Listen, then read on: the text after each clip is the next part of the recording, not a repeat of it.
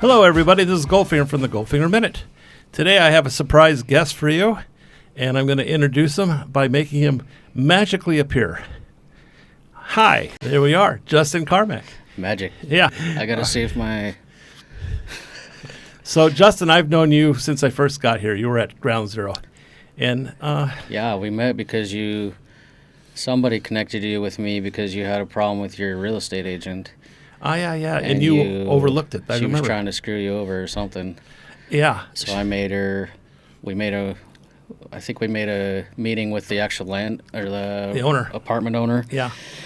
And made a real deal, and she was pissed off, and I was like, "No, you'll get your commission, but we're gonna." I had a gut feeling. She was trying to take a whole bunch of money before the lease. Right. I don't know, something like that. She wanted to take the money and then I get the lease, and I'm going like, and she wrote out her own contract. Yeah. And I'm going, this doesn't look very good. I think I should be signing. I wanted the real price and the lease before you. Yeah. pay. I don't want to read the lease before I give you all the money. She was just basically having. That's what they do here, man. We deal with a lot of real estate, mostly selling, but even rentals. They're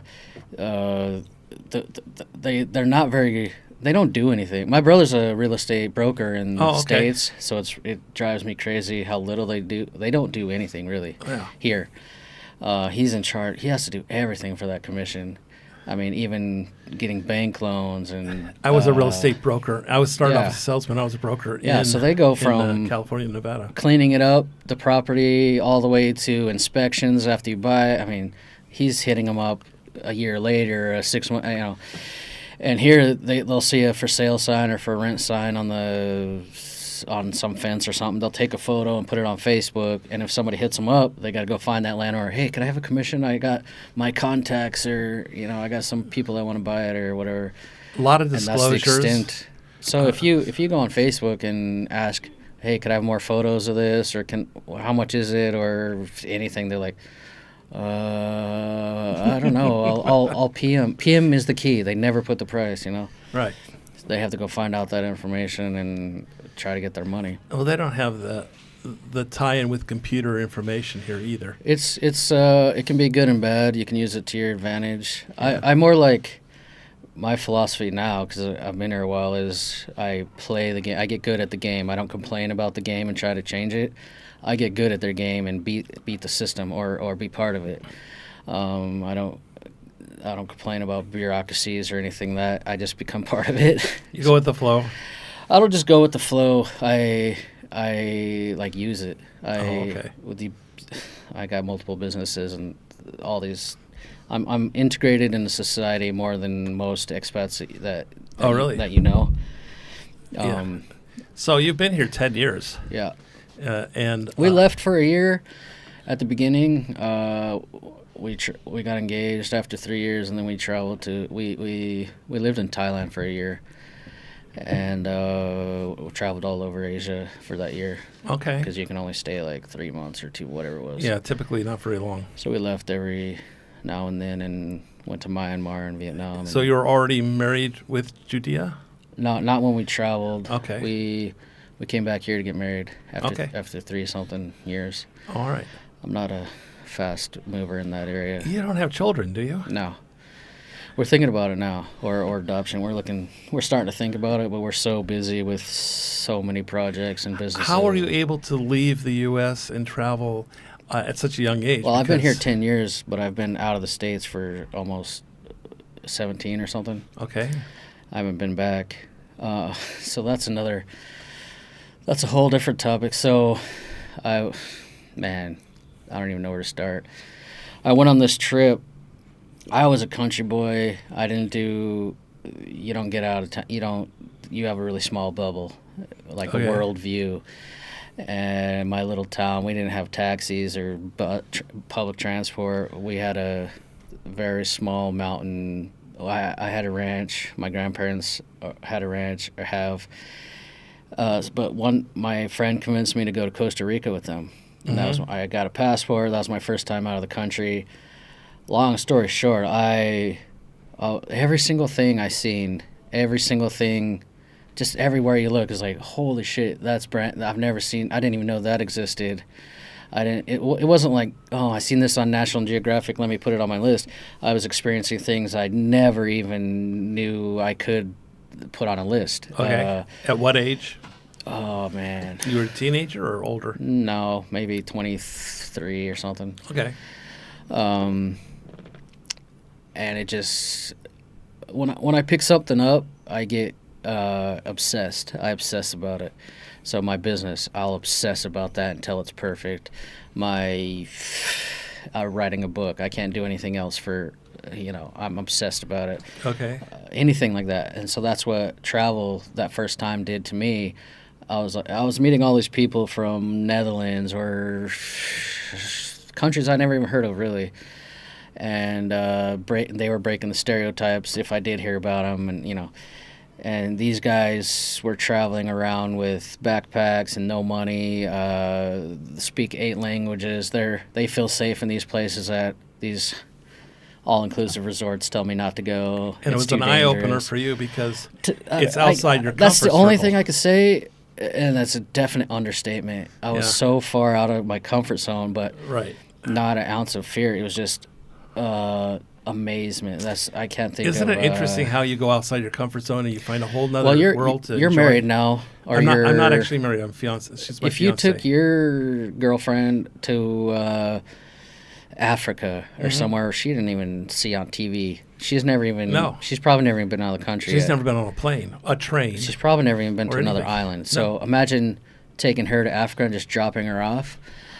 She'd be like, let's say she'd be terrified, but let's say take every single ounce of fear out of her. Out of it, yeah. And it is like interesting. I can't explain it, but it's exploring. That got me. That's why this is going to be a long interview if you ask these questions. But I went back home. That trip ended, but it opened a lot of doors in my mind. All I don't need a real door. I just need a mindset, and I can do whatever. And I found these people doing shit that everybody basically. I hope I can cuss on here because I'm gonna do it anyway. Yeah, you can. It basically showed me that something's possible. Right. So I went back to school, that semester, whatever. And they had an outdoor program that it's like an international studies thing. I changed my major from business, or I minored. I kept it, but I minored in international studies so I can get on this trip. And so they do 2 trips a year internationally to somewhere new. The professor takes a bunch of students to do sustainable travel, and I was learning that you can do. It's not just for rich people. You can live like a local. You don't have to fly first class and then stay at a all-inclusive resort and buy food at the resort that's 10 times more than usual. And he was showing you that you can see the world and learn these things. Anyway, so I signed up in our first trip that they're going on. I said, I don't care. I'm going wherever it is. How about I don't care where. It was out of the country? That's what I mean, international. The last trip they did was Indonesia to go scuba diving and exploring, and I was like, that's like a dream. And so I thought the next one would be there or somewhere similar, but it was Southern Africa. But I was like, that's the bottom of my list, but I'm going. I don't care where you go. It's an adventure.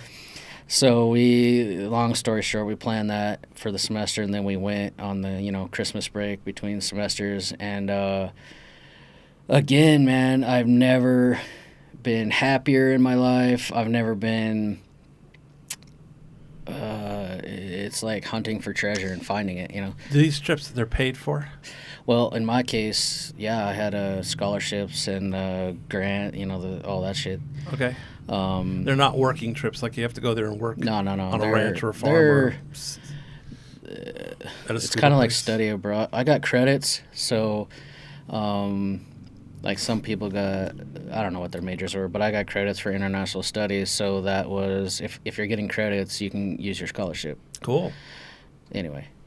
So and I was already getting dormitory, and if I'm not staying in the dormitory that semester, it paid for everything. I mean, those are expensive So once flights. you got the bug of travel and experiences.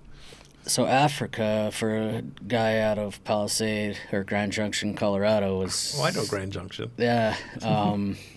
That's a freaking eye-opener. And, obviously, this is a budget trip. This is like I said, living like a local full... Yeah. He called them like full immersion trips where you learn how to be sustainable and independent and not be a... Are you backpacking? Yeah. Yeah.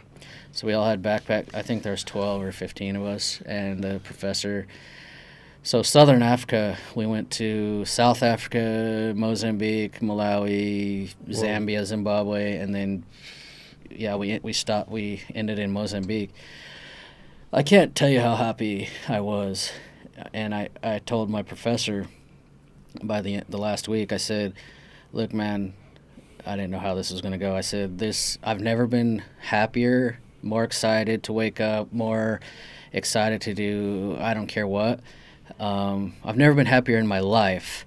And now that I know we have to go back in like 4 days, and I got to go back to the freaking classroom, my dormitory, the four walls of a school, the mundane shit that I'm just I'm expected to do, that the American dream, the white picket fence kind of thing. I've never been more depressed in my life. Oh. And he's like, okay, stay. I'm like, no, seriously, I'm thinking about staying. He's like, no, that's what I just said. I was like, wait, you want me? I'm 23 years old with zero money. You want me to stay in Africa by myself? He's like, yeah, stay.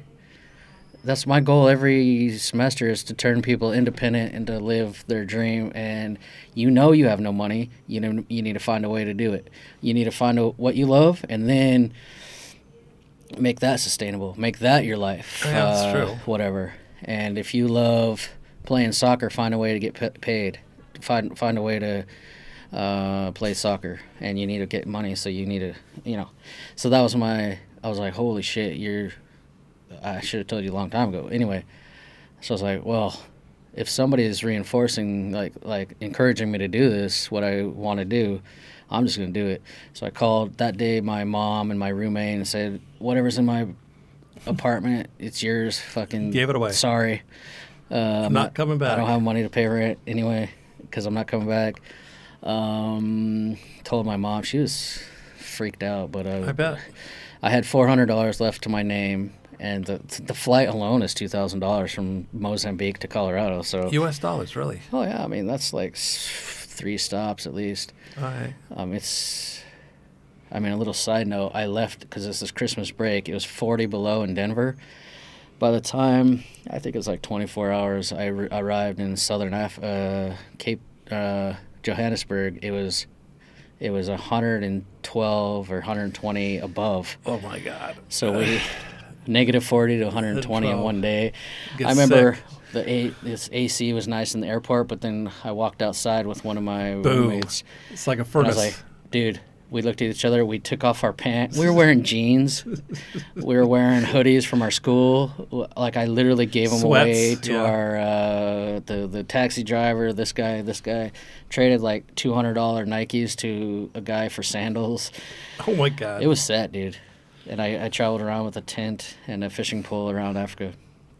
So that day that and he told me that I should stay, I got a job because I had no money. I got a job that day at we were at like a campground / backpack hostel thing.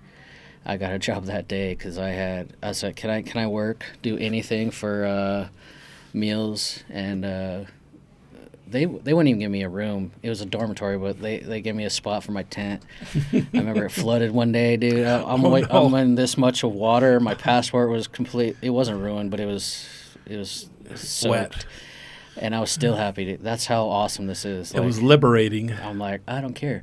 And then, a few days later, everybody left me, and anybody would wake up freaked out. I had no money to get home, no friends, no family to bail me out. And it was still the most freeing thing you could ever feel. It was just like, I have nothing to do today except for survive, and that's not a problem. So long story, a little less long. So my goal wasn't to sit there in Mozambique forever. It was to travel the world. That day I started writing about it on a blog. Like I met a guy somewhere along. I've had a lot of like little mentors along the way, and my professor was the first one.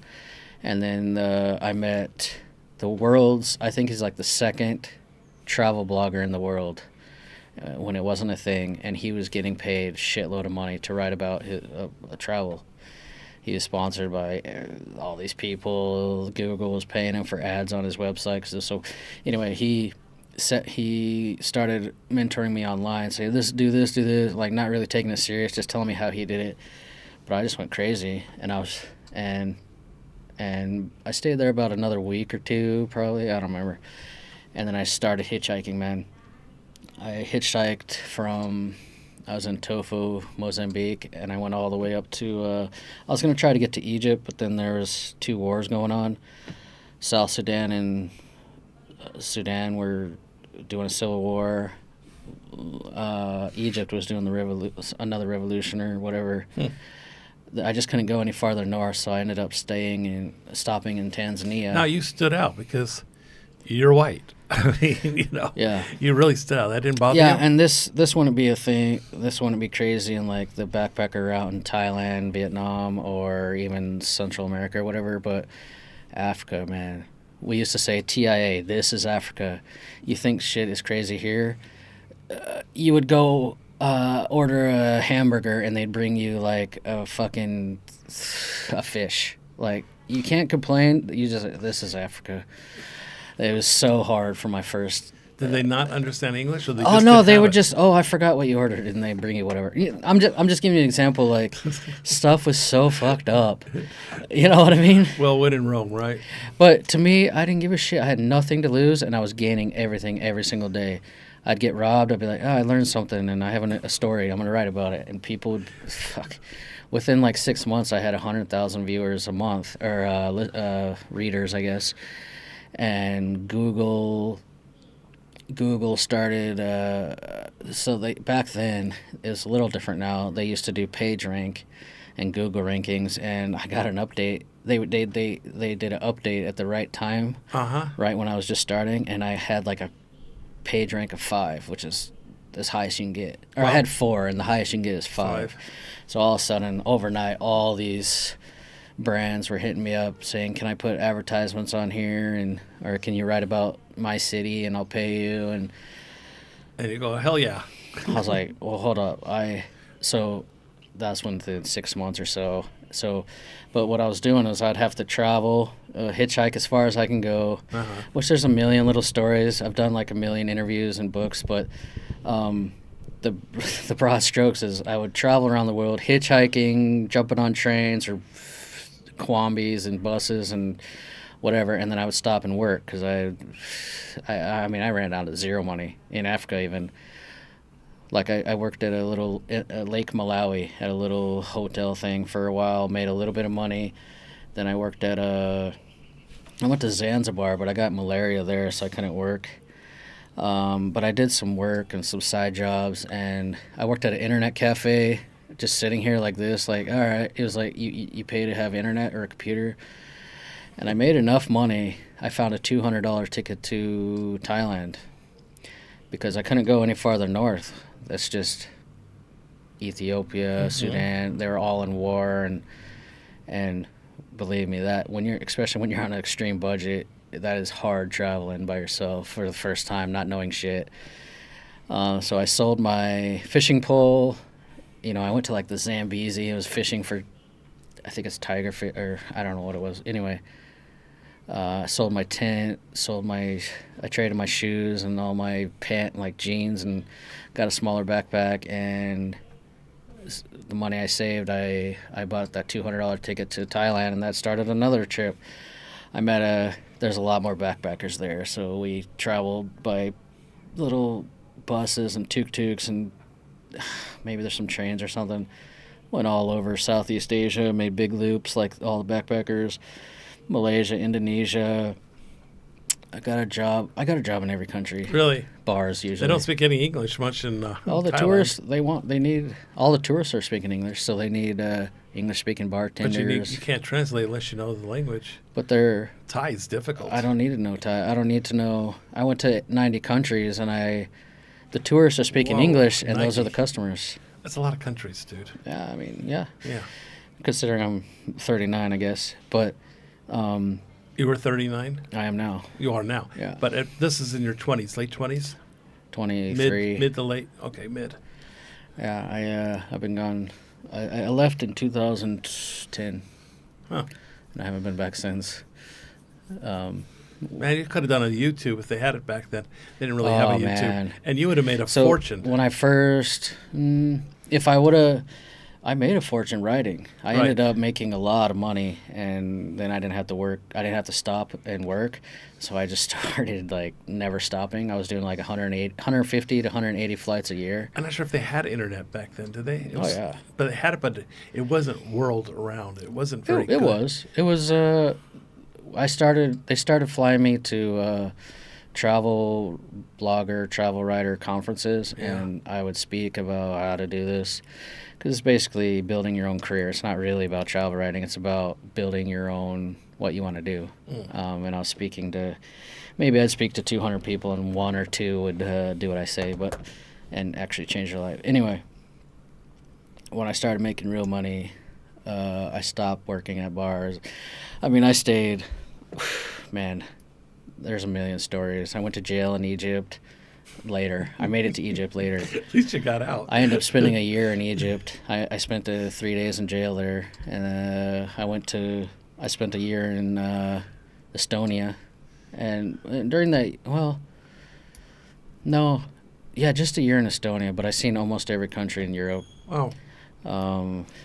Every country. I've been to every continent except for Antarctica because you can't really hitchhike there, and it's really expensive.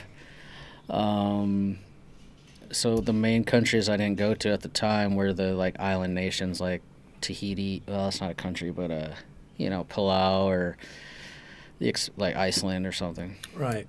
But then I started getting paid, and like tourism boards, like the Tourism Authority of Indonesia, they would fly me there every year and they'd give me $4,000, fly me, like we'd spend a week. They wanted to promote like 5 different new locations in Indonesia for 5 weeks, so we'd go all over, Dubai, Kenya. Now, when you say we, you had people with you? No, not just me. Just you. Okay. I mean, but sometimes that one was like Indonesia. They would bring in a lot of influencers, travel writers, Instagram, whoever it was. Could have done the food. This food guy that goes around the country. And there's a lot of niches. So we would go when I speak at these conferences. Like they would do a different. Like they did one I did one in Ireland, Turkey, Philippines. That's how I got to Philippines the first time, or one of the times. There's a lot of niches in travel. So there was food travel bloggers that try a different, like Migrationology. I don't know if you ever heard of him. We started together at the same time. He transitioned to YouTube way sooner than I did. But he was a big food travel blogger. And then there was like Drew Binsky. We started together. He was also a blogger. He was doing, I think, just backpacker travel. He was trying to go to every country. I think he has gone to every country now. So I'm going to move forward a little bit. What made you come to the Philippines? And I think you said you came here and then you left. Oh yeah, I was here many times before this 10 years. Okay. Well, when I was in Egypt, the reason I stayed so long is because I got certified to scuba dive in Mozambique when I was there. That's where I started working at this dive shop / campground thing. So that got the bug going, but scuba diving is super expensive, so I didn't do it for a long time until a year or so later when I finally got to Egypt after I'd circled the globe like twice. I spent a year there doing a lot of training, like hardcore training, photography. Underwater? Yeah. Wow. All the way up to dive master, so that's a lot of courses.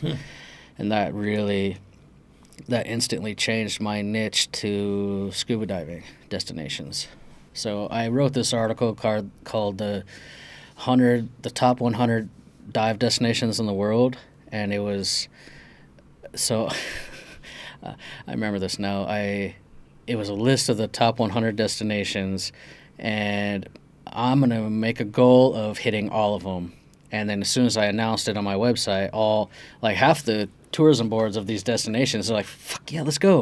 And they flew me there. They flew me to the Dubai Aquarium. They flew me to That's Kenya. cool. They flew me to Malta, Florida, Rec-Trek, Hawaii. I was actually doing them really fast because hey, you want to promote my destination to tourists? And you also got equipment sponsors. Oh, I was sponsored by GoPro. They sent me 10 GoPros. You still get stuffed, right? Oh no, it's on steroids now. Now I'm turning down people. It's now they have to pay me. I'm not just going to I take a haven't GoPro. gotten anybody to offer me anything yet. Well, you gotta narrow. What's your niche? Are you promoting Filipina dating? Maybe Cupid. I haven't stuck to one thing. Yeah. So I'm you have to have. Look, kind of picked this is up- what I was talking about in the conferences. Is you need to narrow down. It's better to dominate a small niche than be a travel blogger. Right. Travel. Let's say you're on YouTube about travel, you need millions of subscribers. Well, I don't go outside to the dominate. studio, so basically, I But interview. that's a niche. Interview, whatever your niche is. Yeah. So my thing was nobody's doing scuba diving. That's a really tiny industry. I mean, compared to travel as a whole. Right. I can dominate the scuba diving industry niche, and then the brand. There's a lot of. It's still a big industry, just not compared to travel in general. But there's still a lot of huge brands in scuba, like gear and dive resorts. It'll never change. There's always new coming out. But who are they going to advertise to? So they were coming to me because I'm the guy with eventually like 400,000 viewers a month, readers, that they're all scuba divers. They're going to advertise with me. Instead of paying $5,000 for a scuba diver magazine that 100,000 people... Well, there's 100,000 subscribers in the top magazine. Maybe, I think it was like 40% open rate. So 40,000. Yeah. And then maybe a 0.5% conversion rate on these 40,000. It's nothing for your $5,000, $10,000 open spread advertisement for your dive resort or GoPro. Oh, the best thing is to put it on someone that's actually diving where so they started divers watch. Yeah, and I had at the time zero competition. Right. If you want to be a travel blogger now, you need millions of subscribers. You got Lost LeBlanc, Kate. There's a million of them out there because it's a fun job. But there's only like 5 main scuba bloggers like me. Okay. Well, YouTubers. I changed to I sold my company and switched to video because that was my passion. But what were you talking about? How I ended up in Philippines? Well, yeah. How did you end up here and stayed here? So I had this list of the top 100 dive destinations, and like 2 or 3 of them were in the Philippines. And I couldn't get a sponsor from like the Tourism Board of Philippines, so I just came here, and the resort sponsored me. They flew me to their locations like Malapascua. I was with Evolution that time, Atmosphere and Dauin. Anyway, so that was my first trip here, and I met. I've been here so many times before that. So on one of these trips, I met my wife, and she was in school for university, and we just kept in touch. She's an excellent underwater photographer, by the way. Yeah, I'm pretty I've sure seen those those are shots. pretty sure those are my photos. Well, I've seen pictures of her with the equipment, but I don't know if she's actually using it. That's a $20,000 camera. That's not incredible. That's definitely not hers. It's not hers. But she's my, I don't want to say like student, but she's learning for sure. Those pictures are awesome that you take of the strangest critters I've Yeah, ever because seen. I think you're talking about, because we had a photo competition last week or 2 weeks ago, and we both entered. So she did. She's so funny though, like she's so carefree and don't give a shit. She'll take her camera and then she's take us a photo. She looks at it underwater. She's like, whatever. And she just give it to my dive master. And it's like, take this photo, and she just fucks off. I'm like, you're gonna submit his photo basically. Yeah. And he's not good anyway, so it's so funny. It's so Well, cute. your equipment it's incredible. I know equipment makes the difference, and It does, but I can hand you my $20,000 camera. the colors are You're incredible. Not gonna, Yeah, but it's it the takes equipment. years It of. takes years how to use it. Of course, it's a tool. You got to learn how to use Oh the tool. yeah. But yeah, there's it's another world. It's like alien. It's an alien world under the water. It's That was very the whole. bizarre. That's why I fell in love with it, because there's a million. One of my ultimate goals is be on Netflix or one of those. There's a million shows about lions, tigers, Africa safari stuff, Right. whatever. But there's nothing about the ocean, like the stuff I see. So if you're a high-end National Geographic photographer, you've never seen the shit I've seen. Like I'm working on my second book right now, and we're photographing stuff that they're not described by science. We'll Right. send They them don't to actually have a name. Yeah, they have the family name, but they don't have a actual name. Yeah, So 'cause they'll they're- identify them as this family, They're a but they're not species named of, yet. yeah. If I had the permits to do collection, I can name them. But I think my last book had 369 species of one subspecies, and like 50% of them are undescribed. Now, did you start off at Sierra a resort, or did you start off somewhere else? Oh God, this is like jumping way ahead. Yeah, so I was here. We got married in Sikihor, and then we moved here right before Dumaguete. Because, like I said, one time I came here with Atmosphere Resort, and it was like the best diving ever. Like if I'm filming in Malta or Egypt or somewhere, I would get enough footage in 3 dives to make one video. And I came here, and I can do 3 videos from one dive. There's so many species here. So we came here. Is the water clearer also here? No, it's less clear. It's less clear. Okay. Yeah, so it's in the Caribbean. You got crystal clear 100-meter visibility because it's fucking dead. There's nothing there. Here we have plankton and murky water, and that's what attracts so much life. Okay, that's what you get. Okay. But I'm filming stuff that's 1 millimeter, super macro lens. You don't care about visibility when you're this close. Yeah. I don't have a lot of water anyway between the lens. So we moved to Dumaguete right after the wedding, just because that was our thing. We wanted to travel. We wanted to try new places. We'd been here, or I'd been here, but you know what I mean. And then the pandemic happened right then. So we got stuck in this shitty apartment building in Dumaguete. It was cool. I mean, it's cool now. It was. It'll be a good story because this never happened. I mean, we had a red pass for the whole family, the whole household. You each get 1 red pass, and only one of you can go outside at a time out of the apartment. So shopping, all the tricycles were shut down. That screwed up the world. It was crazy. It screwed up the whole world. So we were stuck for like a year or whatever, 8 months, I don't know.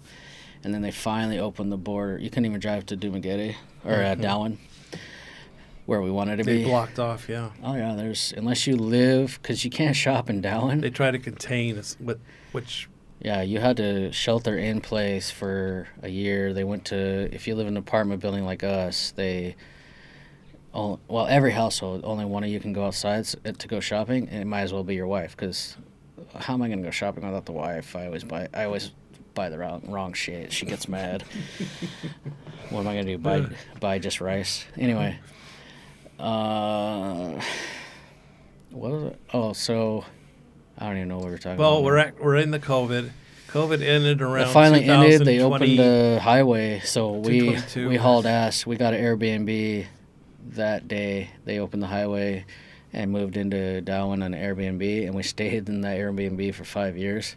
Wow. It was a good deal because the Airbnb business wasn't doing good back then. Yeah, nobody's traveling. We were the only tourist in the country. Well, not really, but I was diving with another resort that was sponsoring me, just to promote their resort, and the Navy, the Philippine Navy, big ass gunboat came to each resort if it's on the beach, and was taken away. The tourist said, "You leave now or never. We're taking you straight to Cebu Airport, and you got the last few transports out, or never, unless you pay like $20,000 a flight or something like a." Embassy. A lot of people left. Everybody. They had businesses or the family. They had to leave. Basically, everybody left, so all the resorts just closed. There was nothing to do. and then I was stuck. I was stuck here, and then so Maybe that was a good thing, though. it was a weird in the long run. It was of course, dude. Everything I've done has turned out good. Yeah. Like I'm always everything I say- touch turns to gold, even when at the first. That's my line. The Midas I'm touch. fucking. It's mine now because every time I'm like, I am so screwed. Well, here's the deal. It turns out to be a better. When a door move. closes on you and you get all upset and everything. You get upset. But You're like, what if this is it? I know. But I always know another door is right around the corner that opens up to a bigger, better opportunity. I don't always know. Well, now I have the confidence, but the problem was I got a huge offer, 6 figures, to sell my business, my website, and I Wow. did it. Wow. And then we traveled around for that year, but Cool. for doing fuck all. Like we didn't want to work. We just I don't blame you. You burned out. and then we And came you had the here- money. And I said, you know what? We've been engaged for like a year. We should probably get married. We came here to Sikihor, and then the pandemic happened, so all that money started disappearing. Right. And my business plan was we're just switching to video because that was my passion. I want to do my passion. My passion is not writing. My passion is getting paid to travel, and the writing did that.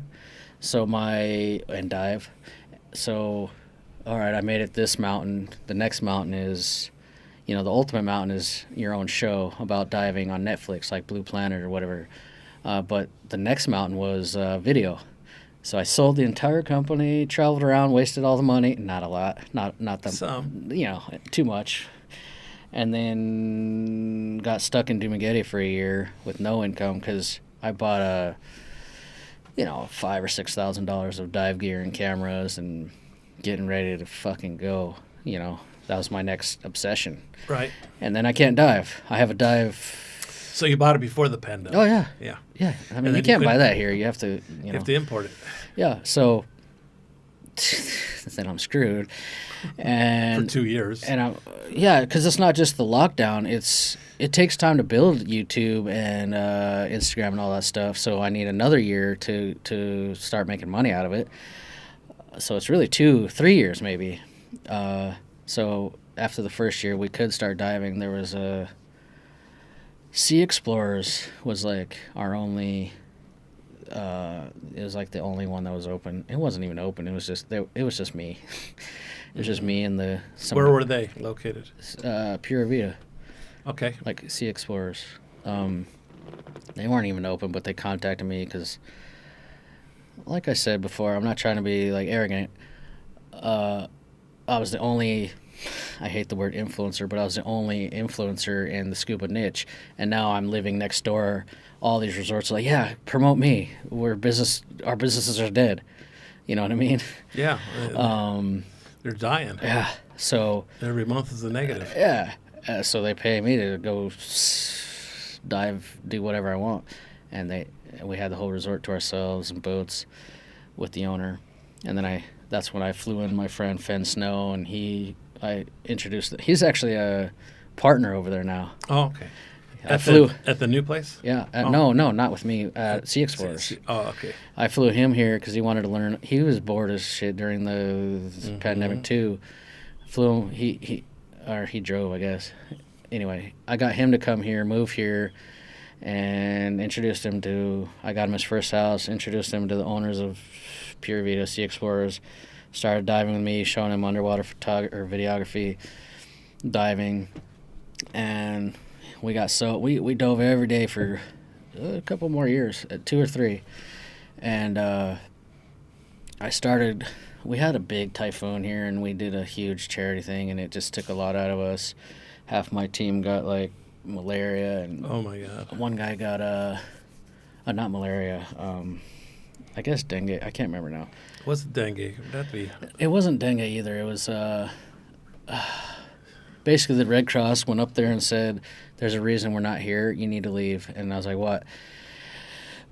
Basically, this village we were trying to rebuild.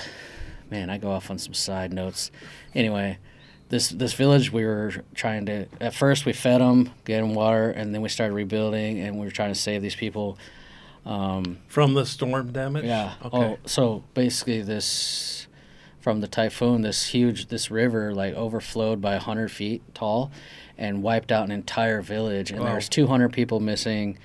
If you go to this village, even your freaking neighbors, if you go to any village here, you'll see 1,000 dogs, cats, cows, pigs, chickens everywhere. And you go over there, there was nothing. It's left. Peaceful and quiet. And so not Coast Guard, the Red Cross said, you need to get the hell out of here. And I'm like, why? These people are dying. They literally Carrying have disease. a shirt. That's it. And how they're sleeping is just leaning up against the few trees that are still there, where their house used to be. And so we started building these. Anyway, they said, well, you notice how the mud is like 20 feet taller than it used to be. It's halfway up the trees. Do you see any cows or chickens or people anywhere? I was like, no. He's like, well, they're all dead under this mud. And that's going to create You've been here a week, 10 days already. It's not mud anymore. It's dust. You're breathing in all our trucks. We have like dump trucks and city trucks and a convoy every day. They're putting up this so you microbe. Got fungus, airborne fungus and bacteria. Yeah, it was. Yeah. I mean, just in this tiny village, 200 people were missing. Not us, but they found a head of a baby. They found. That's so sad. Anyway. Basically, you got to wait. It fucked us up for a while. I don't know if you ever met Robert Kennedy. He was an expat here, or he still is. Yes, I have. He got he got what the Red Cross said he would get. It wasn't dengue, but it was a like really bad microbe. His stomach. He had to have stomach. In the stomach, okay. Not surgery. I don't know if he has surgery, but half our team was jacked for like a month after that. I got malaria, but I always get malaria. Once you get it once, it's always there. And so we just kind of separated, went our own ways. I stopped with Sea Explorers, and I just started diving myself because I had by then I had a big crew, and we can do explorations. And I was diving so much and videoing, making the videos, because now I have to, that's my only business plan. People were like flying in and said, can I dive with you? Can I dive with you? I'm like, dude, I can't. I can't do 3 dives a day. You know, I gained 50 pounds. The freaking, can I take you to lunch? Let's go for beers. And I'm just like, I'm so amazed people are watching me that I don't know that want to. That's kind of flying all the way right to now. Here. It's hard to say no. It's hard to say that because I'm a nice guy, but at the same time, I don't have time for that. Yeah. Okay? I mean, I'm busy. So imagine this on steroids, man. I'm doing, let's say, 3 to 4 dives a day. We're eating. I would go out to lunch with 3 different people that day. They would buy me beer. I would wake up and take 2 Monster energy drinks just so I can. That's not healthy. I mean, these are 70-minute, 80-minute dives each. It's just. Wears you out. It was killing me. So I started sending him, hey, I don't have time to dive. I got a good, I know the crew at this dive shop, I would send them somewhere. And we started they started paying me. And I was like, what are you doing? And they're like, dude, you've sent us so many divers and guests and stuff. I started doing the numbers, and I was like, what the fuck? Mm-hmm. I'm making these people millions. And, so I had a friend was like, actually everybody was saying I need to open my own dive center. But I had a friend was like, hey, now or never. I found this place, Sierra, it's a big-ass resort with no dive shop, nothing. They have no customers. It's still pretty close to the pandemic and the typhoon and everything else. I'm pretty sure you show up there with some cash, and I did it. So I opened up a dive shop, and I was like, I'm going to pay for a year of rent. That way I don't have any responsibilities. If it goes out, if it dies, it dies. So you paid a year up front. Yeah. This is where? At Sierra. Okay. It was a big, you've been there. It's a yes, big, I have. Big freaking resort. Yeah. Did you build that building, or that building was already there? You built the building? It was like a shell. Yeah, I built it. It was just a shell. I put in walls and windows and ACs. Okay, so you improved it. Yeah, and then gear rooms. And I was like, you know what? I don't need to. Now I got a spot to dive. People want to come join. They could pay. And so now it's grown to lessons. The problem is, my obsession, man. It's another project, and Your obsession like I is said, what? Video? anything I do. Oh, Like I said, if I take on a project, I get obsessed about it. but you're now doing multiple things. Now I got a fucking dive resort. Well, mine was a dive center at a resort. Uh-huh. I have to be the best. I have to, not the best. You know what I mean? If I'm gonna do something, I got to do it good. I got to go big. So we made video. Within 3 months, we were making bank. We were making. I mean, every vlogger in the city, in the country was there. We had famous. We had this girl from. She's like a celebrity in like a Filipino celebrity. Mm-hmm. She's got like 4 movies on Netflix. Oh, wow. Her entire crew would like rent the entire boats and everything for a day. They have to do private. So she was promoting it because so she started coming every year. A lot of celebrity. It grew more than you ever thought. It just went fucking ape shit. And you saw my building, man. I had my office was barely bigger than this. It's not very I had big. 2 of these basically. Yeah. And then gear room, and it was just 2. Not much room. It was crazy. Because my obsession, I'll sleep 2 hours a day as long as I could succeed, And succeeding is all relative because I could have stopped anywhere I wanted to grow. But then we had a falling out with the resort because they couldn't keep up, man.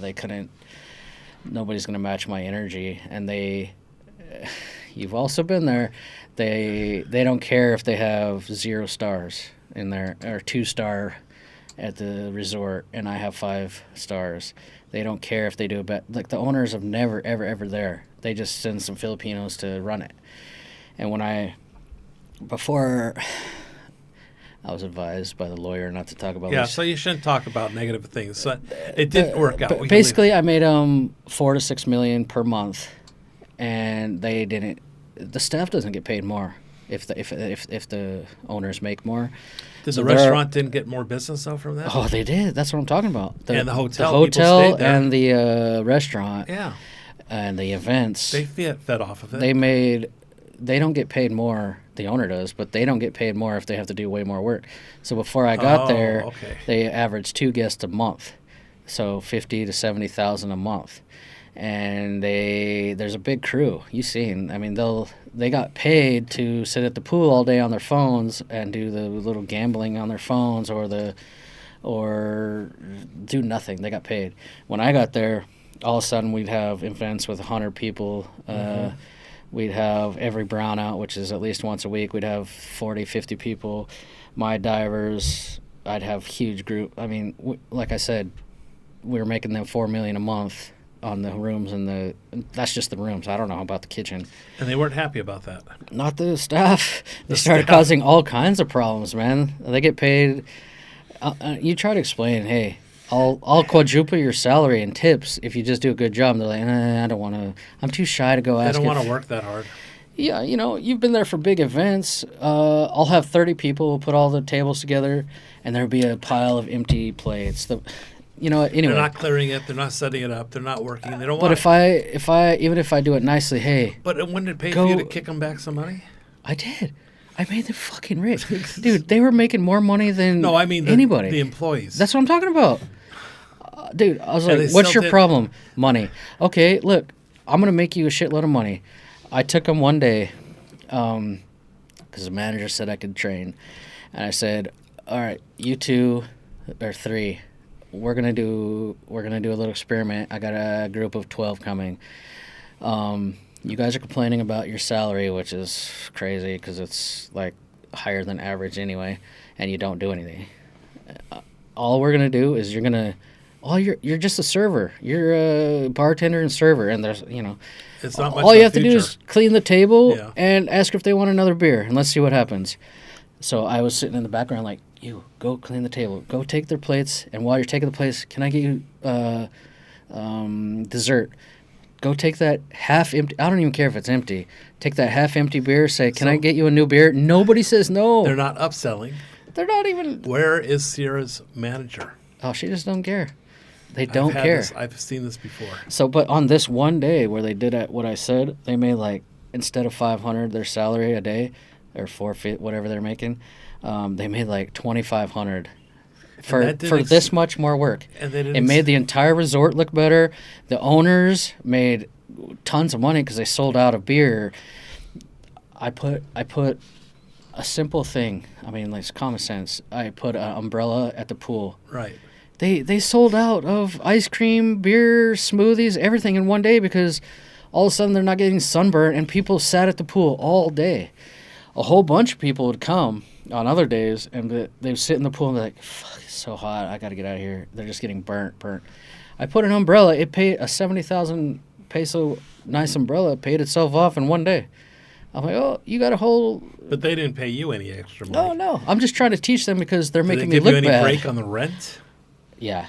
Okay. But in context, no, because every other resort is like, please come here. I'll pay you to be here. You don't have to pay us rent. I'll pay you to come to our resort because we didn't even know Sierra existed and it's next door. I don't want to get you in trouble, but I'm going to ask you something because I know, because there's situations I've heard about. Is there a lawsuit involved at all? No. Okay, so you did leave clean. Oh, yeah. Okay, I just want to make sure. Just hard feelings on my part. I'm sorry. Screw these people, you know. Well, you know what? If it doesn't work, you move on. It's just, you can't beat a dead horse. Well, so the last, there was a lot of last straws. Like you know how travel agencies work? You can do, my wife told me not to, anyway. Don't you know how travel agencies work, where they want commission on rooms, meals, all inclusive, diving, because diving is the big money. They want commission on everything, so they need a package. So I would go around the world to these dive shows and travel shows to sell my package.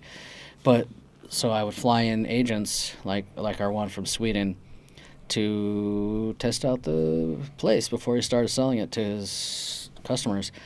And okay, everybody loved the diving, but the restaurant always out of stock.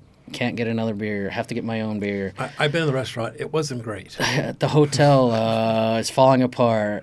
It flooded because the drain is stuck. So the guests asked for more towels. Sorry, sir, we can only give 2 towels a day. You want to get a bad review because of towels? I mean... No, the service was bad. The food wasn't great. I wasn't too thrilled. But if I try to correct something, they call the owner. He's picking on me. He's so mean. You know? Yeah. So finally, it was the last straw, and the owner, they don't care about money, so they wanted less guests. They wanted a private, they own they own the biggest hotel in Dumaguete, Sierra Hotel. Okay. They own a university in Cebu, all these companies. So they were planning on, they didn't want to dive shop there anyway because it was just too busy. And just counterproductive. Well, totally counterproductive. I know, and I've run into this twice now. Really? On other resort. Yeah. They buy, it's romantic to say they own a beach resort to their friends. Right. And their university, they were doing school trips or whatever once a year. I don't know what you call them, excursions. Okay. Like a girls school. Anyway. They bus them over, bring them over, quite a few. Yeah, maybe 20 or 30. From their school that they have. But that's once a year, and they don't pay. It's. But anyways, they didn't care, and they wanted to sell the resort for any freaking money. I was like, so what if I? How much money do they want for the resort? Just out of curiosity. During the pandemic. Oh, you could have bought that for. Not the pandemic, but okay. Right after, right when I got there, when they were making 50 to 70,000. We made an offer. I said, would you sell it for 250 million? They said, yeah, maybe. I was like, I'm going to get some investors. And then they saw I was a victim of my own success. They saw how much money I was making. They were like, why would we? So I said, okay, how about lease it? And we offered them $2 million a month. And we offered them $1 million a month. And they said no. And then they came back with $2 million. And I was like, at the time, I didn't know how much money I was making them, so I didn't. $2 million a month is they also wanted deposits, and it'd have been $5 million to get in. So I was like, I didn't do it. But at the end of our lease, they wouldn't even take $500 million, and the only thing changed is what I was making them. Mm-hmm. So that sucks. That's $10 million. So you guys know it's pesos. We're talking pesos. So that's $10 million. Yeah. It's almost $10 million. So That's more than it's worth. So in the end, so the problem was things were too easy. The owners were never there. The managers were never there. That equaled shitty service. But I could do whatever I wanted. I had boats on the beach. I was doing whatever I wanted. You had the run of the place. That was good. So it was I could complain all day. I would apologize every day about rooms and their problems that I couldn't control. But it was too easy. And I would have probably complained for another couple of years until I was just saving up money to like buy a property and start building. Anyway, but they, like I said, they didn't want to renew our lease, and they didn't tell me. I just knew how much money. It wasn't about money. They just did not want to renew it. Yeah, they're not going to renew it to anybody. Wow. They're not going to. It wasn't about me. It was about they just didn't. They're redoing my buildings into like a pool bar, a private on the other side, and on my two buildings, like an event thing, like a wedding thing. They don't care about money. So the owners apparently told the manager, hey, let them know, give them a year advance notice so they can find another place. But they didn't. They were too afraid to tell us. Oh, no. So they knew they knew October, November, December, definitely in January. And then our lease was up April 15th. They didn't tell us till May 15th, or March 15th. 1 month? 1 month. They said, because I was going to, we have a month left. We need to sign the contract. Let's get it over with. I was going to negotiate for less rent, actually. Like, I didn't think they would ever kick us out with so many other resorts begging us. And so we went down to the meeting with all these little whoever. And she said, we're not going to renew your lease because the owners want to do this private, whatever. I was like, what? You're giving me 30 days to leave because it's up in April 15th or 18th or whatever it was. And she's like, yeah, sorry. I'm like, dude, I was fucking pissed because I'm like, what am I going to do? Your whole world shattered. So we have another business that's group trips, and we had to leave on April 18th. Like I was going out of country on April 18th. So I was like, that's even less time. So I'm like, we have to find a new location, get another business permit or fix that shit, and transfer tons of gear and cages, like gear lockers. What about the planned trips? You have to cancel them? No, those are...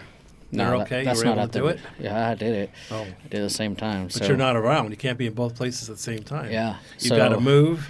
Luckily, I have a big crew, and my wife's awesome. Okay. But the big problem was, where the hell am I going to go on a 30-day notice? So we started, who's been hitting us up? So we started going to all these resorts, and it's just like, yes, please come here. But it was some of them would have been the same situation, like a bad situation where I can't control. Now, at this point, you already know you need to ask for a longer lease with a longer... Yeah, and I was asking. That was my mistake, I guess. But on the other hand, first of all, when I started, I had no idea. You never expected Well, first of all, like I said, I paid for a year because I didn't know where it was going to go. You're not even sure if it was going to take off. So. And then at the end of the year, I asked for at least 5 years, and they didn't want to do it. I don't know why. It was. I don't know why. Like whatever their excuse was. But don't worry, we're even going to lower your rent. Like they loved us.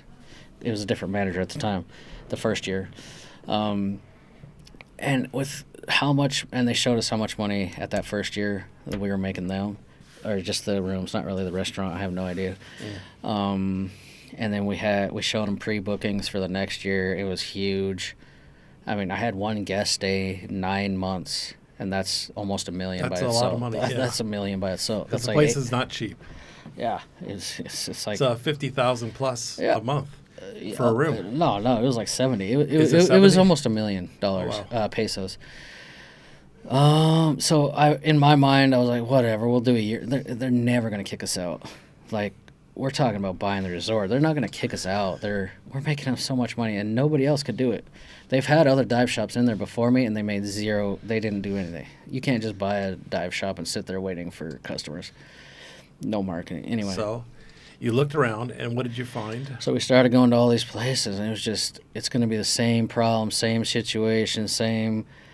You don't own it. Walking on eggshells, or... I bet they didn't want to do more than 5 years at a time either.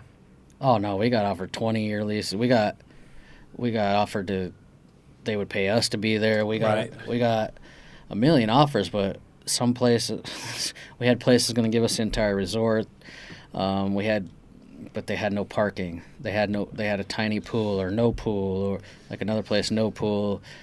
And in my mind, I'm like, I'm either going to quit this shit, and because we have other businesses, I'll make a lot more money, or I'm not going to do a lateral move. We're either going down or we're going up. I'm not just going to move all this work and move. So we were talking to the question is, do you want to grow, or do you want to stay do you want the to same, grow, or is this do you want to shrink it down because it's so hectic? Do I want to grow, or is this my chance to get the hell out? So I don't want to lateral move to another same situation or worse. So a lot of places were awesome deals, but no diet, no parking, no pool, no all kinds of stuff. Do they have room to build a pool? I mean, some of them, but that's $5 million a pop. I know, but you need it. It's paid over 10 or 20 years. It's not a big deal. We probably maybe they split the cost. The ones we took serious. There's one called Munting Paraiso. It's ultra luxury, but it was kind of a fun week because I went to every resort on Google. Half of them I knew, so I was messaging them. But I discovered a lot of resorts I didn't even know existed, which are perfect for me because they need me. Yeah. If I don't know you exist and I live here, you probably need some promotion. Right. But there was just nothing good. Munting Paraiso was the closest one. We almost took it. They wanted us. We were negotiating, but it would have been. I'm so glad we didn't do it. Just another super rich guy we would have been on eggshells. He wanted us our buildings off in the back, hiding. So I was like, I give up. I need a day off. We're doing 12, 15-hour days, just driving, searching. Because I had all these bookings still for the rest of the year at Sierra. So that on that night when I pretty much given up, and it was within the first week, by the way, I had my whole crew out looking, unbeknownst to me, like they're freaking out for me. Well, they need a place. They want to continue. Yeah, but it's more of a family thing. They got jobs they can go to. One of them called and said, "Hey, I got the perfect place. It's almost built. They're basically finished building it in the next 4 months, and you could have the entire resort, not just a little dive center. You can have the entire resort, all yours. You can lease the whole thing." I was like, "Yeah, whatever, dude. I've seen there's nothing I haven't seen."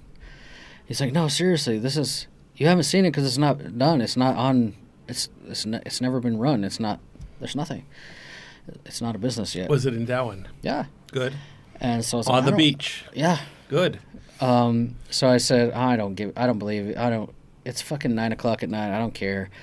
I don't believe you. Basically, you had burnout. They were already doing this, and they're like, "Hey, come look at it." And I'd go look, and it was a piece of shit. It was like no road. Yeah, it wasn't the first time. Okay. I mean, they're trying. Bless their hearts. So when they called me at 9:00, finally, Judea's like, "I think I'm gonna go because they sound super excited about this one." It's like, "I'm not going." So one of them came and got her, and she went over there like 9 or 10 at night, and she called me up and was like, "Get your ass here." And I mean, but it's nighttime. What can you see at night? Yeah, but she called me and said she's sitting on the grass with the owner. The owner. I'm not dealing with a manager or some idiot this time. The actual owner. And she's like, "Come here," and I'm on video, and I mean now, and I'm like, no, the way they were talking, I was like, all right. We better go. So I got there in like 10 minutes, and it's only 5 minutes from my old place, and it was just like insane. It's 24 rooms. It's built. It's, it's right on the beach. It's the perfect setup. So it didn't have, it wasn't perfect. So now we got to put in applause, okay? We got to put in the applause. You have an applause. I have an applause. Oh, I have the sound off. So we found it. I went from, I don't want to say depressed because I don't get defeated mentally like that quick, but I was at the point where I'm like, what the fuck am I doing, you know? And that guy changed it like overnight because we went there. For the good or for the bad? Good. Oh. I mean, how does it get worse? I don't know. So I went there and he could change his mind. We're shining the lights everywhere, and Yeah. there's just room after room after room, and then. So So, have you ever been to Infinity Resort? No. It's a ultra luxury one as well. You had mentioned that earlier, yeah. It's kind of like Atmosphere. The cheapest room is $9,500. The most expensive is like $12,500. It's not cheap. That's a night. We got 3 pools, big restaurant, everything. He owns that one as well. And really? He owns that one. He rented it to a Chinese company, will do whatever. And then he bought the next property, and he's just bored. He built my place. And there's a river, like a 6-foot wide river or canal or something. There's a little bridge. And I don't know if he was planning on combining them or what, but instead I leased my property, 24 rooms, 100, maybe 200 meters of beach. Mm-hmm. And I can't say too much, but we might. Well, anyway, maybe I'll come back in a few months. What, you can't tell everything? You have plans. The Chinese ain't doing that good. I'll just say that. Okay. Next door. So, I always have plans, man. Okay, but now you're gonna be renting rooms. Yeah, I have. Does it have a pool? Does it have a pool? No. So, well, I will say so we made a deal with the ones leasing Infinity, and I'm leasing the pools. I'm using the restaurant, and I do have pools. I have 3 pools. You have access to pools. And it's literally 30-second walk from the rooms. You're walking over that bridge? Yeah. And one's a training pool because it's like 9 or 10 feet deep. Okay. The other ones are like sitting around pools, kid pools, stuff like that. And they have a decent restaurant? Yeah. We're making it better, but it's really good staff at least. Okay. Trainable. What else? So it was What about a dock for the boat? Yeah, yeah. It So has the a dock. mayor, Oh. he's good friends with the mayor, vice mayor, so he's always at our place. They put a big mooring right out front of my office, and he parks his boat, and I rent it sometimes. Oh. We're getting some other ones. How about fishing trips? You No. know nobody does fishing trips? Nobody. Danny, I was talking to Danny yesterday. He said he found one, but I don't know. I think in Dumaguete. I think he was mentioning that to me also. The in front of the resort is just a huge grassy lawn, and I'm like, if you know how Sierra was, people came down all the time just to see us, and they don't want to do and they're not even staying in the rooms. Mm-hmm. There's no seating, so we're building a big bar. I don't want to say big, but it's like I could sit at 40 or 50. That's what's taking so long. You right built now. a cover for it. I think I saw. Oh yeah, it's a picture. it's a nice bar, man. What about parking? Yeah, there's parking. Plenty of parking. That's a little bit of a What problem. about the access? Because the access to Sierra sucked. Yeah, I got a paved road. Good. It's an actual government road, a paved road, and it's I don't have a lot of parking. That's that's my only problem. Besides, like, I keep putting more money into the place, but right now the bar is the slowest thing because we built some big outdoor bathrooms and showers for the divers, and if you're coming to the resort, you need a public bathroom because they didn't plan that. They thought everybody is staying in a room, so we have some outdoor bathrooms. They don't require a bathroom if they have a restaurant? Yeah, but there's Too more. far away. I'm just talking So about. you need a bathroom at where your property is, where that rooms You need are. to. So can you mention that I'm filming the entire process of building my resort Uh-huh. because it's basically a whole remodel. So we have the bar, we have the reception. I'm building that. We have a bar in the middle of the lawn in front of some of the rooms, and then over there I have a classroom, and then a big, like a cement building of 2 bathrooms. How do they find these videos? What's the Critter Hunter? Just is it Critter Hunter YouTube. YouTube? Just Yeah. Critter Hunter. Yep. Okay. And they can watch the construction and Yeah, we're doing a lot of update videos because everybody's wondering where the hell. If I just closed for 6 months, they'd be like, "Did he die or what?" Because there's a lot of haters out there like, "Oh, he's." I know.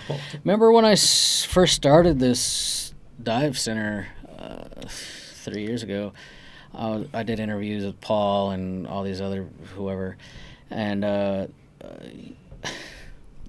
Paul, maybe he gets 100,000 views, and maybe I get 0.5% of haters. That's still 1,000. That's still 500 people that are telling me, "Oh, this loser he's going to lose all his money.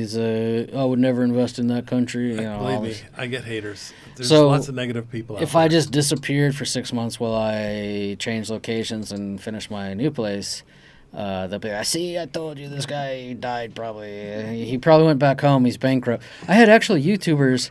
I got inside information. Justin has gone bankrupt. He's desperate for money. And this is like within my first year when we're doing fucking awesome. He's looking for investors. I still don't have investors. Like I'm hearing all this inside information facts about me. Trolls. That is nothing true. then Yeah, but this is even YouTubers. But this is trolls that become YouTubers. Yeah, they basically. have that personality, and it's not going to change. No, when they're they- trolls, and they're not getting enough action. So they say, "Oh, I might as well be a YouTuber and be a troll, so I can make money as a troll." Yeah. They're troll YouTubers. That's what they I are. never had I have investors in other companies, but I never had an investor in that 2 years at the old place, and we made bank, and now it's financing the new place, which is, I mean, my goddamn countertops are 300,000 already. My roof on my bar was not $500,000. It was like 300,000, and it's a It tiny. goes fast. I know. I mean, I have 24 rooms. I had to buy 24 refrigerators, 24 king-size beds, 24 single beds, in case they want that. Is there cooking in the room? So you had to have 20 stoves? No, I But want you them. had sinks. You had to have So bathrooms. we're also buying a and restaurant. fixtures. I don't want to talk about that, but it's in Dauin, and we'll do delivery to my hotel. Okay, yeah. So they don't have to use Infinity if they don't want. I assume it's high price at Infinity. Yeah. And my rooms are a little bit smaller, more budget, It's more of a training facility for divers. Are they done yet? The rooms? Yeah. So I have 5 rooms ready, and they're. Oh man, it's so hard to stay hidden. But so I took it off Google, Maps, the little pin like you just sent me for this place. I took it off the old place, and it just says Dauin in general. It says Dauin, doesn't have a location. And then it says closed, temporarily closed, not just closed because of the hours, like closed. So nobody would show up because I already have regulars that I have to let in. I have bookings. So there was distraction from too much. Yeah, but it didn't work. Everybody found me anyway. So I had to bring everybody canceled at Sierra, and I had to bring them over. So those 5 rooms are always full. And then... And I take it you charge a lot less. Yeah, it's like the rooms are $2,500. Okay, a night. Yeah, Is there a price per month? not yet. $2,500 is cheap actually for Dauin. Yeah. It's very reasonable. I assume they're studios. No, it's They're one bedrooms? Yeah, it's 1 bedroom. One bedrooms with a refrigerator. It's nice. It's luxury. It's just, let's say, twice as big as this room. It's Okay. it's not small. Well, that's very cheap for. Yeah, but it was supposed to be close. So next year it'll probably be 3,000 without breakfast. But they're not bamboo. They're not. I mean, go watch the build. We're trying to focus on underwater photographers because we have some high-end guests or whatever that, like for underwater videography training or whatever. Mhm. So there's big prints on the walls and nice king-size beds. Dude, Nice. I've gone down the rabbit hole because before it was just a dive center. Split air. Oh, yeah. So Nice. 24 AC, no, more than 24 because I got an office, a reception, a classroom, you know. You had told me also you're going to think of going solar, as I remember. Oh, yeah, right now they're doing, oh, man, don't even ask how much that costs. I know it costs millions plus. So we got 85 kilowatts for the, yeah. 85,000 watt, and that's on the rooftops of the...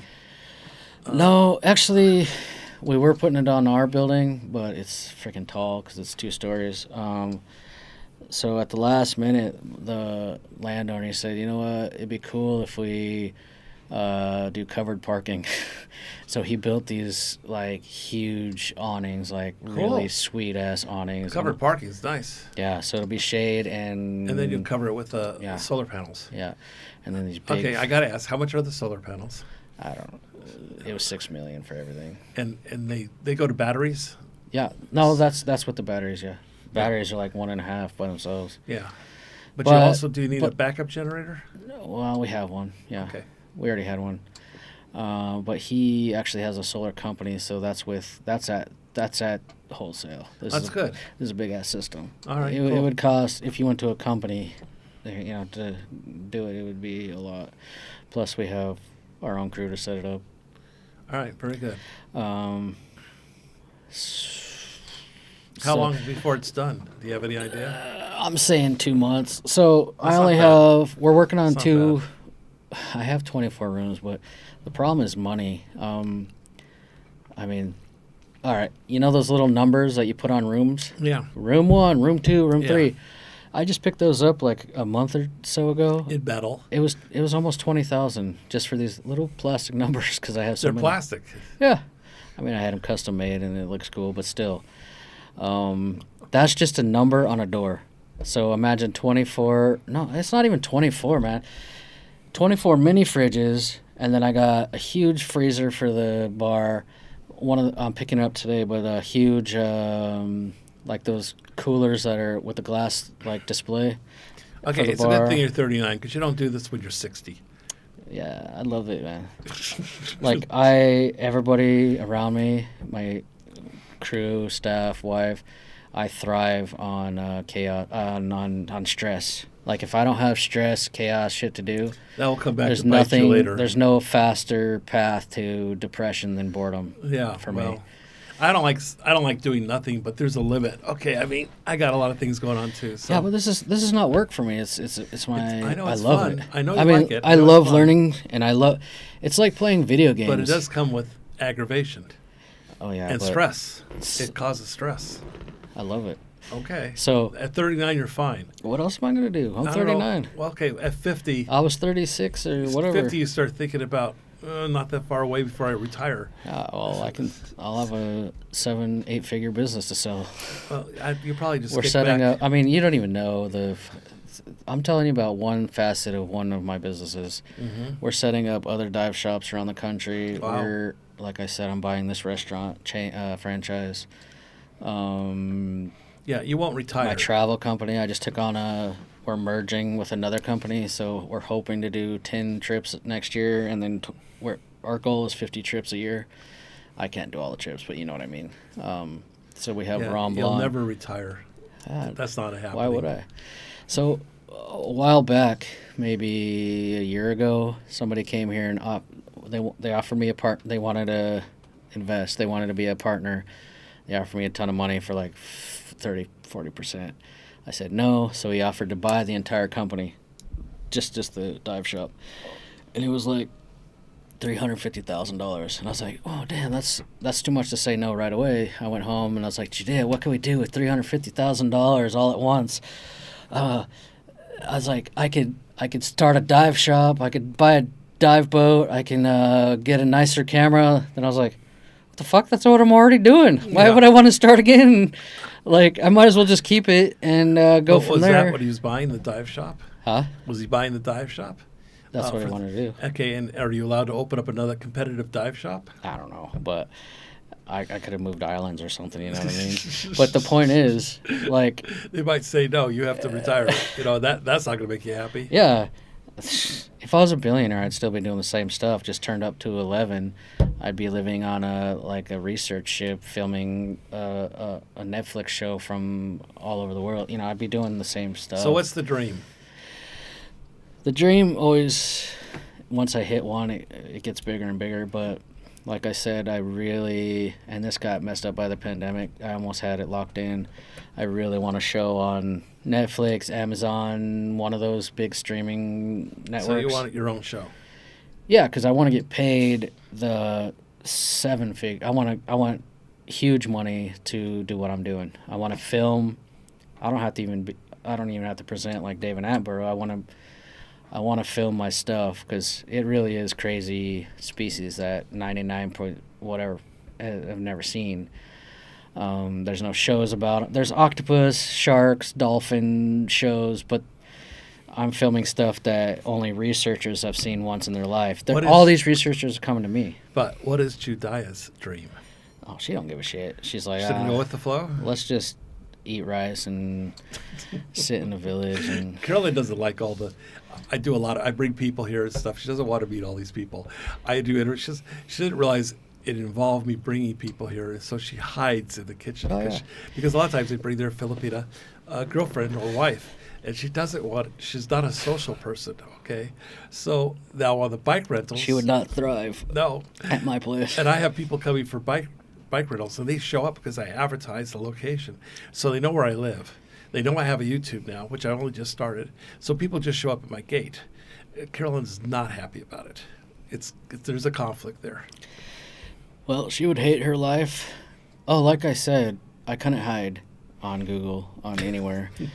People were literally driving up and down every street in Dauin and where's Critter, and all the other dive resorts know where I'm at. So they found me. I get people that come to the door and they just said, hey, I wanted to sit down and talk with you. I wanted to take a picture with you. I don't have time for that guy. I like you. I get that every day, but it's part of my brand. I have to say yes. I have to. I don't turn anybody down. I'm not always there, you know. I don't either, but sometimes they come at 7:30 in the morning, and I'm just waking up. I need my coffee. I need my shower. I need my. I can't get away with it because now they're literally sleeping 2 doors down. You know, I gave up my house and I'm sleeping at my own resort. So there's no privacy. And if I get up at 7 to go down and tell the night guard is leaving, there's already 3 guys sitting there. Where you been? Hey, you want to have a coffee? I'm like, yeah, coffee. Yeah. I can't get away with it. The other day. So that's what happens with celebrity. You see, I got a different truck now. I saw that. I was driving. So it's a nice truck you had last time, just a month ago. This is the same truck. Oh, okay, that's a nice truck. What I mean is, like 6 months ago, I got a new truck. Okay. I'm not driving. I have my 2 other trucks for the shop. You had work trucks. Yeah, those are work trucks, I was driving like every day. Luxury. Yeah. Yeah, but we're picking people up at the airport every day, or every week. This is nicer than an SUV. I don't know what they call it, but it's an SUV. It's huge. Yeah, big old Trailblazer. Anyway, nobody recognized me yet. Like everybody knows my silver van or my big orange dive truck in Dauin. But nobody recognized me yet, and it's got black windows so I can hide. It's all black out. Before I had stickers on the car, but anyway, I was driving. I was visiting my friend's resort, and I was leaving, and I heard the window was down, and I heard some guy on a scooter and his girlfriend say, he was talking to the guard of that resort. He's like, "Where's Critter Republic?" I was like, I don't know. And that guard's like, down there, you know. So I couldn't hide. And then 2 days ago, we're doing some online work, updating the Google thing, and I accidentally switched. I wanted to move the pin to my actual location, but it still say temporary close, not really give directions. I was confused how it works, but it's hard to explain. You have to like drag it. You can't just I know. pin where you're at. They had me for 24 hours. Yeah, it's super annoying. They had me on 24 hours. I had people calling me at 2 or 3 in the morning that want to rent a bike for 2 hours. Well, so yeah, but for the last 3 months, I've had no location. 2 years I've been at that over there. But anyway, 2 days ago, I accidentally turned it active on our new location, and then that night I got an email that said your Google location is approved or something like that. I was like, oh shit. I'm not gonna get out my laptop, and Judea's like, nobody's gonna show up. Nobody cares. Like nobody's gonna use it in the next few days. And of course they did. In the 7 o'clock in the morning, somebody was knocking on the gate saying, "You have any rooms?" I was like, "How did you find me?" He's like, "Oh, I was searching for dive shops or I was just looking at the map, whatever he's doing, and I saw Critter Republic. He's like, I remember that name, and he just came over. I was like, fuck. So now it's kind of cat's out of the bag. I'm not like, look, I'm here. I'm not always there. My Judea or the secretary, somebody's always there. But you need a manager. Who's your manager? You need a manager already. Yeah. It's not. You gotta need someone besides Judea. You need a manager. Yeah, Judea's. So we have Anne, my secretary, manager, whatever she is. I have another girl, Shy. She's my apprentice. They need to sign people up, talk to people, put them in the room, stuff like that. Because you don't have time for that. Oh, I don't do that stuff. Okay. I don't really do anything. I'm trying to find a good manager because there's a lot of bad ones. Yeah. So we're. I'll tell you my plans next month or whatever. All right. We're expanding already. I think we got to the end that you're. Wait till the next chapter. That's what I'll say. We're running a pretty long video right now. We're at about hour and a half. If you look at the videos of my build, you'll see the progression. But if you look now and then in like 6 months, it'll be a different thing. All right. Well, everybody go look at the videos. I haven't been there. I'm going to have to come there myself.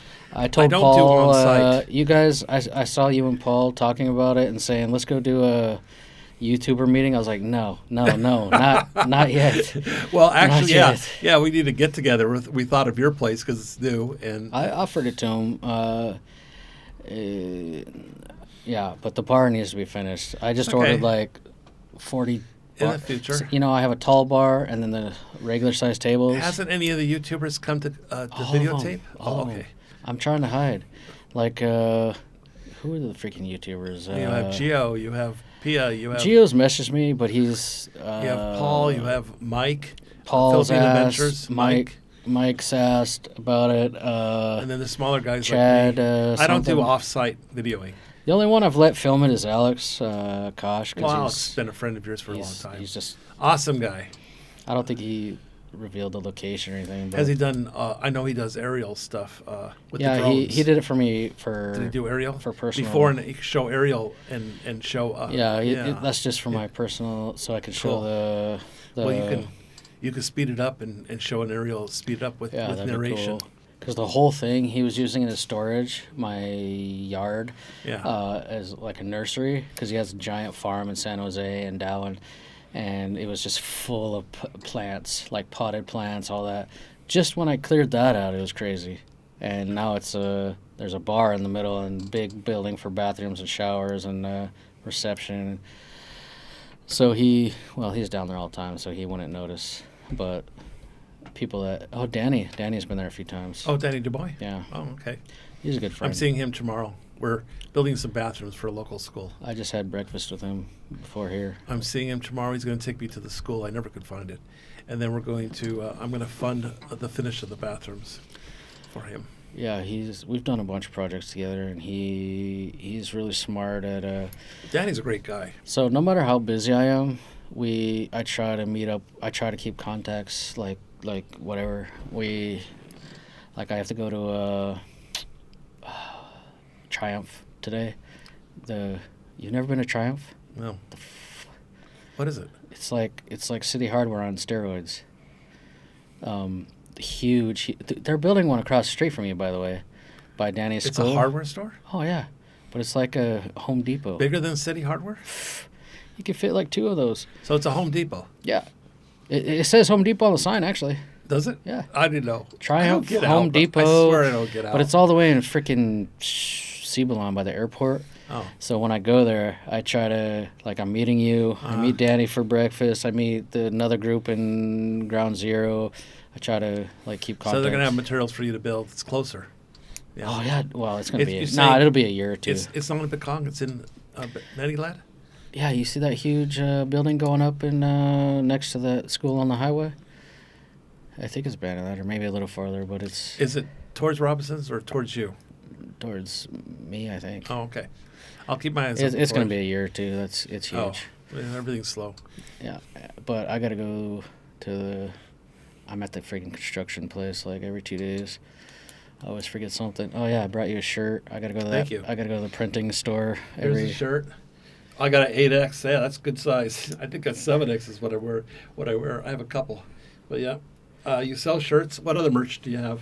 Nothing, man. I'm closed. Hat. You're wearing a hat. What's Dalu Young? What is it? Oh, so we had a photo gallery at the Henry. Actually, it's kind of a green, so it's gonna see through. I just got your message. Don't wear green. Yeah, the green screen. It's like you're wearing nothing. No, this hat.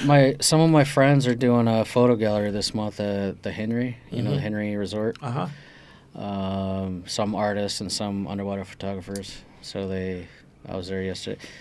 Somebody tried to break into my car, so the door handles broke off. Nice. And somebody stole my signs. That's the number one. I had a competitor. Someone doesn't like me. Stole. I know. I didn't see it today. I was like, they stole all my signs. Where's this freaking road, man? Stole all my signs.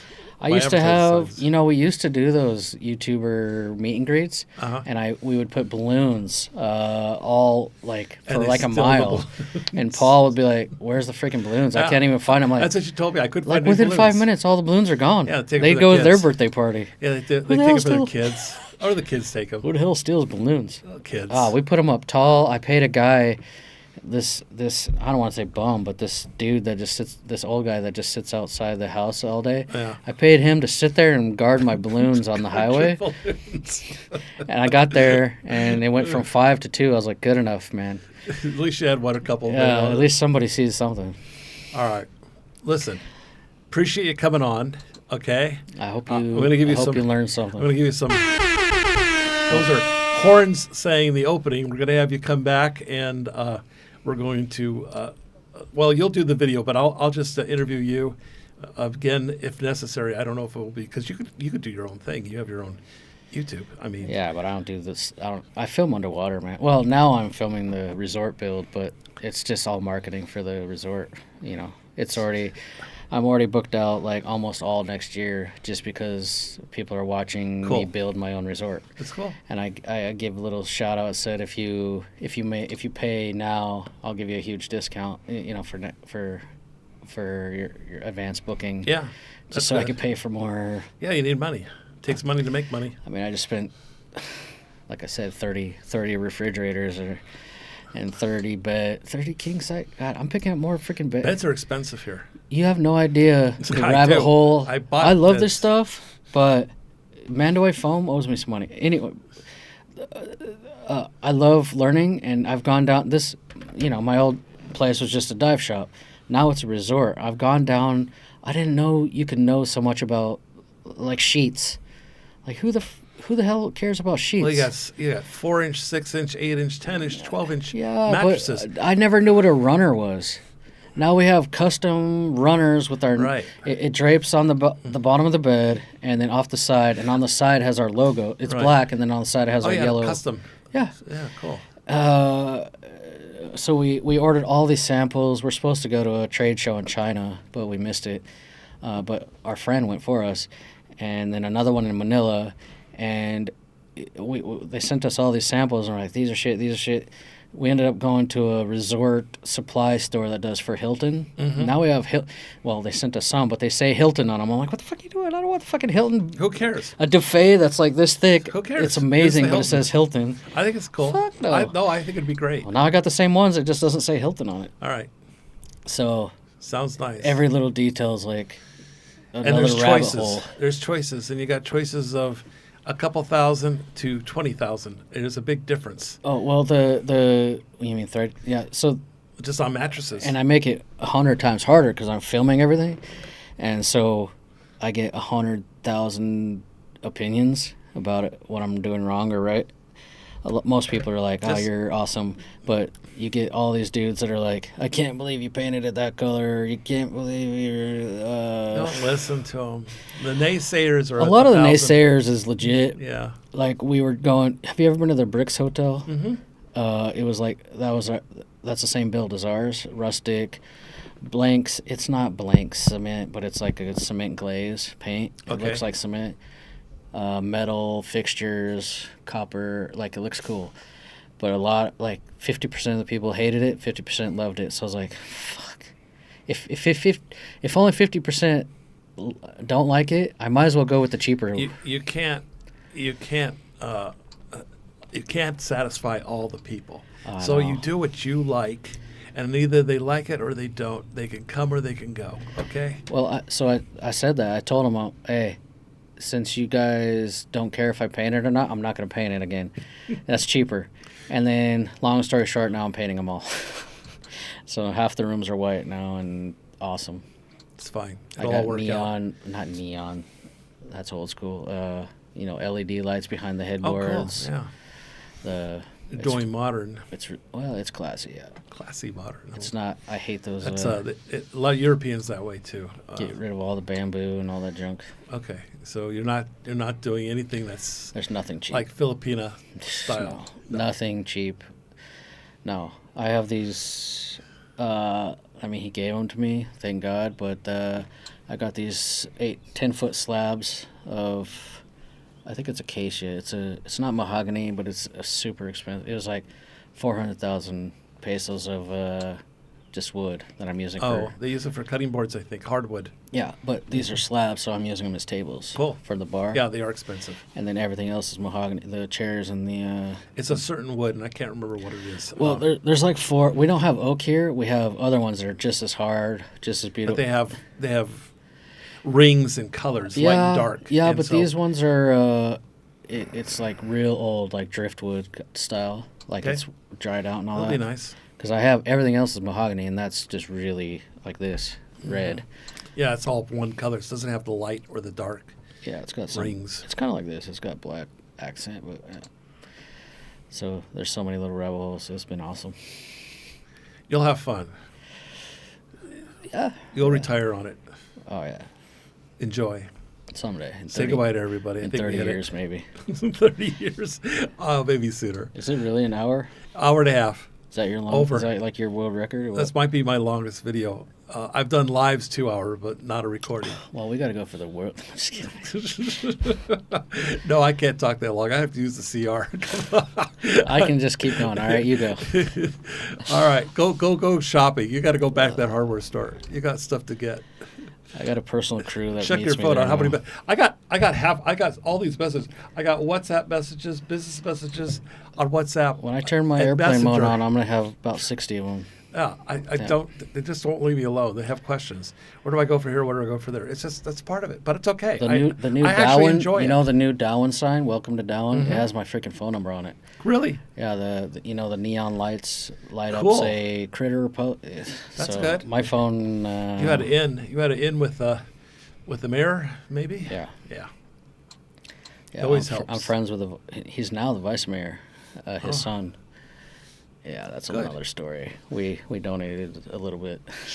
We don't need to talk about that. Campaigns, elections are over. We're good to go. We're good to go. Good. I'm glad it's all working out. It sounds like it's going to be really nice. Yeah. All right. Let me go, man. I need to get out of here. All right. Well, the girls have to say goodbye. Here we go. That's my Goldfinger. Yeah. See you later.